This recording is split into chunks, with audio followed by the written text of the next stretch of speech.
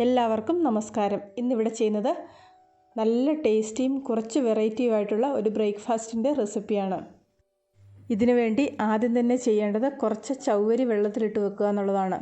ഇവിടെ ഏകദേശം 3/4 കപ്പ് ചവ്വരി വെള്ളത്തിലിട്ട് വെച്ചിട്ടുണ്ട്.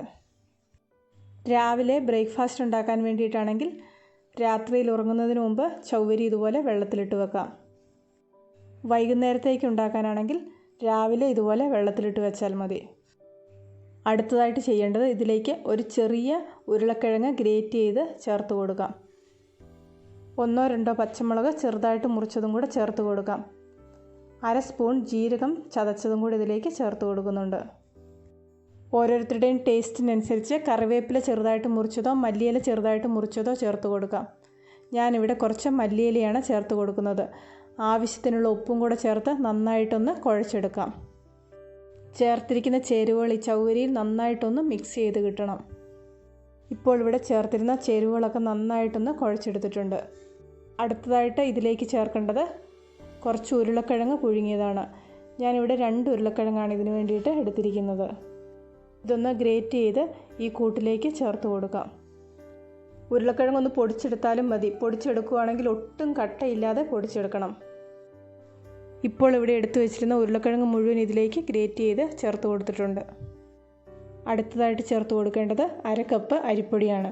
അരിപ്പൊടിക്ക് പകരമായിട്ട് റവ ചേർത്ത് കൊടുത്താലും മതി. കുറേശ്ശെയായിട്ട് അരിപ്പൊടി ചേർത്ത് അടയൊക്കെ ഉണ്ടാക്കുന്ന പരുവത്തിലൊന്ന് കുഴച്ചെടുക്കാം. ഇവിടെ ഇപ്പോൾ ചേരുവകളൊക്കെ നന്നായിട്ട് കുഴച്ചെടുത്തിട്ടുണ്ട്. ഇനി ഇത് നമുക്ക് ഒരു ദോശക്കല്ലിൽ ചുട്ടെടുക്കാം.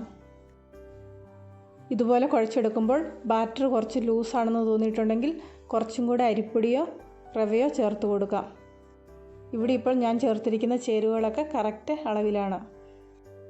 ദോശ ചുട്ടെടുക്കുന്നതിന് മുമ്പ് തന്നെ ഇവിടെ ചട്നി റെഡിയാക്കി വെച്ചിട്ടുണ്ട്.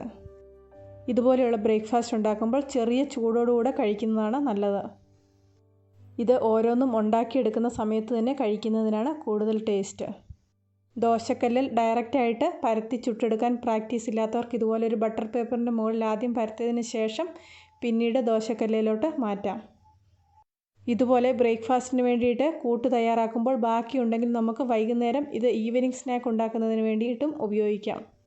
ദോശ ഉണ്ടാക്കുന്നതിനേക്കാൾ ഒന്നും കൂടെ ടേസ്റ്റാണ് ഇതുപോലെ ഈവനിങ് സ്നാക്ക് ഉണ്ടാക്കിയിട്ടുണ്ടെങ്കിൽ. ഇതിലേക്ക് കുറച്ച് മൈദയും കൂടെ ചേർത്തതിന് ശേഷം കുഴച്ചിട്ടാണ് ഇതുപോലെ ഈവനിങ് സ്നാക്ക് ഉണ്ടാക്കിയെടുത്തത്. കൂട്ട് പരത്തിയെടുക്കുമ്പോൾ കയ്യിൽ കുറച്ച് വെള്ളം തൊട്ടതിന് ശേഷം അട പരത്തുന്നത് പോലെ ഒന്ന് പരത്തിയെടുക്കാം. ദോശക്കല്ലിൽ നേരെ പരത്തി ചുട്ടെടുക്കാൻ പറ്റുന്നവർക്ക് ആ ഒരു രീതിയിലും ചെയ്തെടുക്കാം.